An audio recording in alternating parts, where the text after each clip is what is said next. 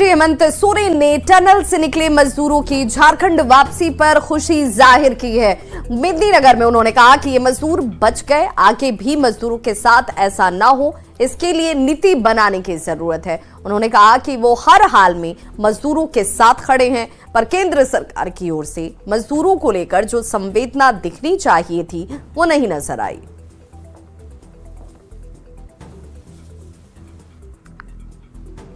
श्रमिक ना हो तो मुझे विकास ठप हो जाएगा। लेकिन उनके सम्मान के प्रति मुझे लगता है कि आज के दिन में भी देश में कोई ऐसा नीति आपके समक्ष नहीं दिखेगा जिसके माध्यम से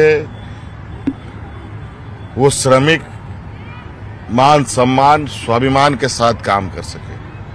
हमारा प्रयास है, हमने तो नीति भी बनाई है, हम श्रमिकों के साथ खड़े भी हैं, चाहे वो यहाँ हो चाहे अलग राज्य में हो।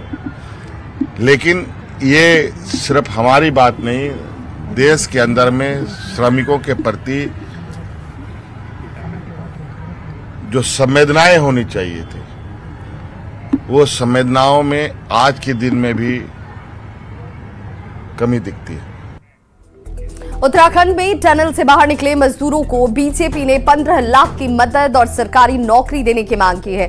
रांची में बीजेपी प्रवक्ता प्रतुल शाहदेव ने कहा कि अब जबकि मजदूर बाहर निकल आए हैं तो सरकार को उनकी मदद करनी चाहिए।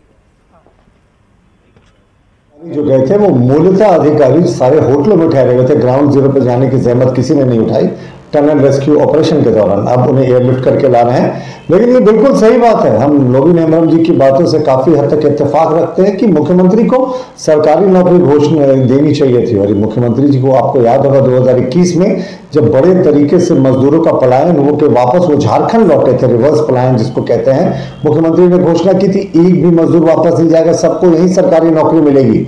लेकिन अफसोस सारे मजदूर वापस चले गए। तो ये ढोल नगाड़े वाले लोगों की सरकार है और ये दूसरों का क्रेडिट भी खुद लेती है।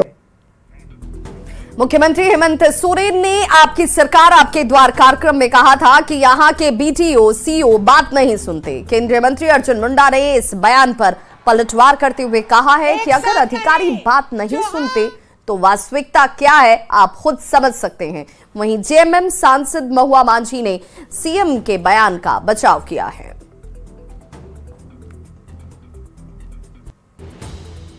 राज्य सरकार के कर्मचारी पदाधिकारी अच्छा कार्य करे, ये जिम्मेदारी राज्य के मुख्यमंत्री की होती है।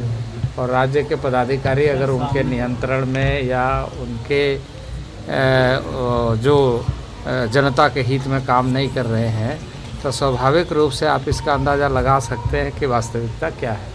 मैं इस पर कोई टिप्पणी नहीं करूँगा। इसलिए ये शिकायत हमेशा बनी रहती है।